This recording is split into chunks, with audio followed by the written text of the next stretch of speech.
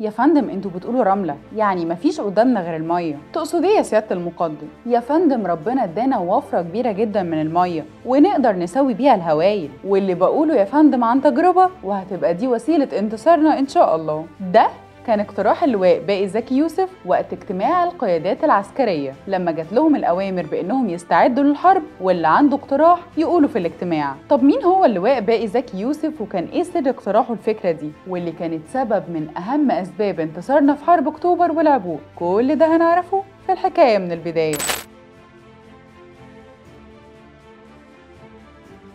سنة 1931 يتولد الطفل باقي زكي يوسف، واللي كان محدش أبدا يتخيل إن في يوم من الأيام هيكون ليه بصمته الخاصة، واللي هتتخلد بشكل دايم في تاريخ مصر وتعلم على الإسرائيليين. ويكبر الطفل باقي زكي ويدخل كلية الهندسة جامعة عين شمس، ويتخرج منها مهندس ميكانيكا قد الدنيا، واللي كان سنة 1954. وبعد التخرج دخل على القوات المسلحة، واللي كانت تحديدا في ديسمبر سنة 1954، ويكون الملازم أول باقي زكي يوسف. وده كان في عهد الرئيس جمال عبد الناصر، واللي كانت أعظم إنجازاته هو بناء السد العالي. ويكون للمهندس باقي نصيب من إنه يكون من الضباط والمهندسين اللي شاركوا في بناء السد العالي، ومحدش كان يعرف إن مشاركته في الموضوع ده هتخليه هو السبب في عبور الساتر الترابي في حرب أكتوبر. صلوا بقى على النبي وتعالوا نبدأ الليلة من أولها. سنة 67 كانت الكسرة والحسرة في قلوب كل المصريين لما الأرض راحت مننا، وساعتها الإسرائيليين بدأوا يرستقوا حالهم ويفرشوا حاجتهم، وخلاص قاعدين في الأرض اليوم الدين، ويبتدوا يعملوا خط بارليف، وتبدأ الأساطير حوالين خط بارليف. ده محتاج قنبلة نووية، ده محدش يعرف يخترقه، ده مش عارف ايه، ومحدش كان يعرف ان بشوية مية هتنتهي أسطورة خط بارليف، وهتنتهي أسطورة الجيش الذي لا يقهر. وفي سنة 1969 بيجي خبر من الرئاسة بالاستعداد للحرب لاسترجاع الأرض، وهنا تبدأ اجتماعات القوات المسلحة، ويبدأ الاجتماع برئاسة سعد زغلول عبد الكريم، وتبدأ الاقتراحات.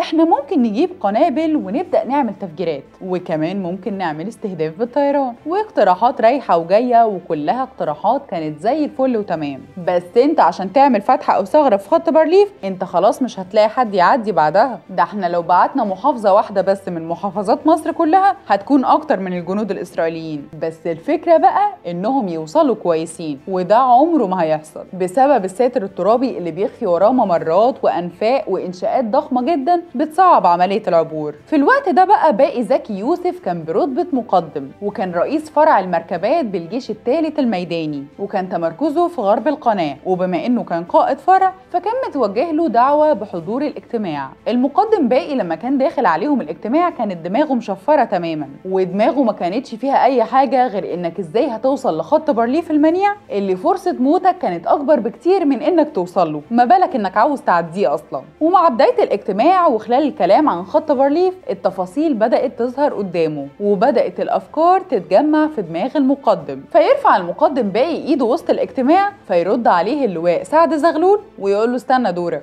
دوري ايه؟ ده حلاوتها في حمواتها يا فندم. فيستعجل اكتر على الكلام ويقول له يا فندم انا عندي الحل وخلاص اعتبرنا عبرنا. تخيل اصغر رتبة قاعدة في وسط الاجتماع وهو اللي بيتكلم. فاللواء سعد قال له اتفضل يا ابني قول اللي عندك وسمعنا. قال له يا فندم انت بتقول ان خط بارليف ده اغلبه ساتر ترابي، يعني رملة يا فندم، وما يقدرش على الرملة غير المية، واحنا تحت رجلينا مية، فالساتر الترابي هيبقى بحر. فاللواء قال له انت متأكد يا ابني من اللي بتقوله ده؟ قال له يا فندم لما كانت بتواجهنا مشاكل زي دي في بنى السد العالي كنا بنشغل ترمبات المية وبنوجهها على المية فتتفتت وتقع. وطبعا يسكت كل اللي كان قاعد في الاجتماع. مية ايه ورملة ايه؟ انت بتقول ايه يا سيادة المقدم؟ وطبعا مع السكوت اللي كان في القاعة دماغ المقدم باقي زكي يوسف بقت بتجيب وتودي، اللي هو في ايه وانا لبخت في الكلام ولا ايه؟ ما هي صعوبتها في سهولتها. وبعد حبة سكوت يبدأ النقاش في القاعة. ايه رأيكم يا سادة في الفكرة دي؟ هي تمام بشكل مبدئي؟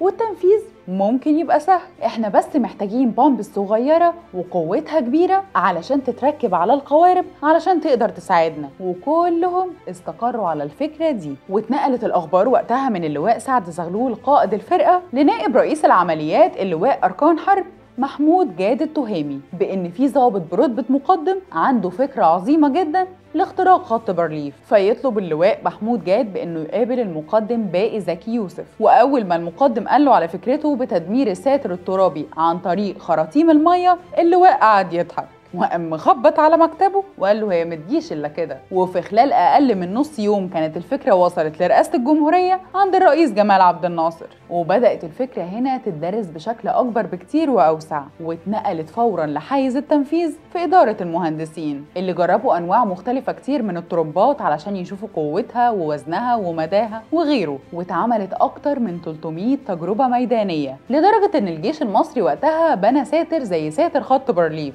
واللي كان موجود في جزيره في الاسماعيليه، وكانت التجارب بتتعمل هناك. واحد يقول لي يعني اسرائيل ما كانش عندها علم بكل ده؟ اقول لك ان ده كان من ضمن عمليات الخداع الاستراتيجيه. احنا اصلا دوله زراعيه واكيد يعني محتاجين مضخات علشان ري الارض، وهو ده اللي كان بيحصل. كنا بنستورد المضخات من ألمانيا علشان ري الأرض، ويتكتب في الجرايد وقتها بشرى سارة لأهل مصر، تم استيراد مضخات عشان موسم الرز السنة دي. تخفيلا إنما إيه؟ تخيل يا مؤمن 3 سنين بيتعمل اختبارات للخطة من أيام جمال عبد الناصر لحد السادات، 300 تجربة حصلت، يعني 100 تجربة في السنة. ووزن الترومبة دي كويس ولا لأ؟ طب ما تيجي نعدل عليها. ويرجع تاني المقدم باقي زكي يوسف ويعمل تعديل عليها بشكل مميز أكتر، علشان يكون معانا وقتها مضخة وزنها خفيف وكمان سهل إنها تتركب على القوارب المطاطية، وبرضه محتاجين إن قوتها تكون كبيرة. والجنود بدأوا يتدربوا على الفكرة والدنيا بقت تمام خالص، وتيجي اللحظة الحاسمة، أشور يا ساعوي، فاكرينها؟ وتطلع الطيارات تحمي الجنود، والقوارب تنفرد وتغطي القناة، والحناجر بتقول الله أكبر، والمضخة بتشتغل وبتشيل الساتر الترابي، وكل رملة كانت بتقل من الساتر الترابي كأنها بتبشر بوقوع إسرائيل والنصر القريب. وهنا تتفتح أول ثغرة في الساتر الترابي في أقل من 4 ساعات، والمصريين يعبروا ويعدوا ويطلعوا فوق الساتر الترابي، وفي خلال ساعات بس بيكون في أكتر من 80,000 عسكري مصري بيحرروا أرضهم. وهنا بس بتترسم ضحكة التعب والانتصار والفرحة على وش المقدم باقي زكي يوسف، وأنا متخيلة شكله وهو بيجري فرحان بمشاعر مختلفة بإن الحمد لله إن ربنا ألهمني الفكرة دي، وإنها ممكن تكون بسيطة جدا بس تأثيرها قوي. وهنا كانت بتنتهي أسطورة الساتر الترابي وخط بارليف اللي ما يقدرش عليه غير قنبلة نووية، واللي خلصنا احنا عليه بشوية مية. وهنا كانت الصدمة عند القوات الإسرائيلية، بقى احنا نقول نووي يقوموا جايبين لنا شوية مية مخلصين علينا بيها. ويتكرم المقدم باقي زكي يوسف ويحصل على النوط الجمهوري العسكري من السادات، وكمان وسام الجمهورية من مبارك. وبيقول إن أكبر تكريم ليه لما طلب إن الفكرة تتسجل باسمه عشان اسمه يفضل متخلد في التاريخ العسكري. ويجيله بعدها تليفون من اللواء سعد زغلول ويقول له أنا بمضي النهاردة إمضاء من أشرف إمضاءاتي العسكرية، أنت يا سيادة المقدم اديتنا الطفاشة اللي فتحنا بيها أرض مصر واستردينا الأرض مرة تانية. كانت معكم شروق السرفي في برنامج الحكاية من البداية.